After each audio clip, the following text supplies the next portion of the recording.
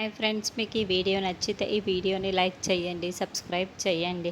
ఆరు గుప్తా గారు ఇద్దరు కూడా గార్డెన్లో నిల్చొని మాట్లాడుకుంటూ ఉంటారు.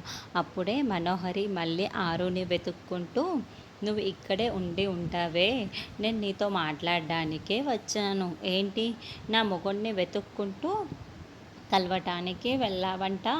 నువ్వు ఏం చేసినా కూడా అమర్ని నువ్వు నా నుంచి వేరు చెయ్యలేవు, దూరం చెయ్యలేవు.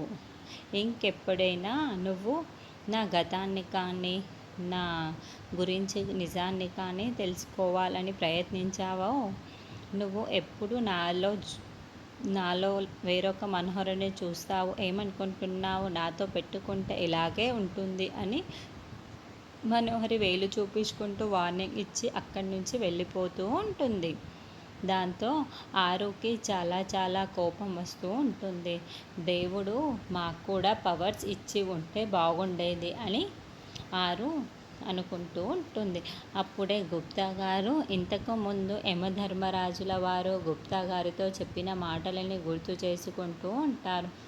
ఆ బాలిక 4 మండలాలు భూలోకంలోనే ఉండినచో ఏమి జరుగునో నీకు తెలుసా గుప్తా అని అడిగినప్పుడు, తెలుసును యమధర్మరాజా, ఆ బాలికకి ఆత్మ మనసును ఏమి సంకల్పించునో అది జరుగు తీరును అని గుప్తా గారు యమధర్మరాజు వారికి చెప్పి ఉంటారు.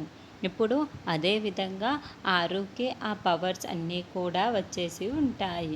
మనోహరి వెళ్తూ ఉంటే అసలు ఆ దేవుడు ఆ మనోహరి తిక్క కుదిర్చటానికి ఈ కొమ్మో కాయో కింద పడేస్తే బాగుండును అని ఆరు అనుకుంటూ ఉంటుంది. వెంటనే అక్కడున్న కొబ్బరి చెట్టు ఉంటే కొబ్బరి చెట్టు నుండి ఒక కొబ్బరికాయ సరిగ్గా మనోహరి మీద పడబోతూ ఉంటుంది.